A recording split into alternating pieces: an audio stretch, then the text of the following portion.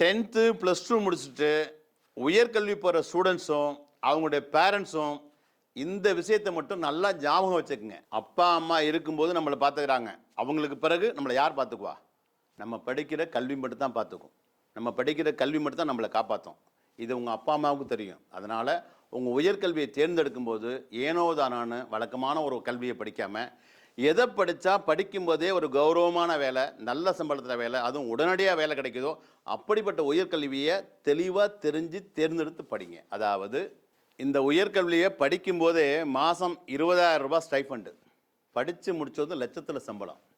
ஒரு துறையில் இல்லை, பல துறைகளில் வேலை, அதுவும் சேஃப்டி ஆஃபீஸர் அப்படிங்கிற கௌரவமான வேலை. குறைவான மார்க் எடுத்தால் கூட இதை படிக்கலாம். அதாவது வெளிநாட்டில் போய் வேலை பார்க்கணுன்னு ஆசைப்பட்றாங்கல்ல, அவங்களுக்கு ஃபேமிலியோடு போகிறதுக்கு ஃப்ரீ விசா. இவ்வளவு சிறப்பம்சம் உள்ளது தான் இந்த சேஃப்டி மேனேஜ்மெண்ட் அப்படிங்கிற ஒரு உயர்கல்வி.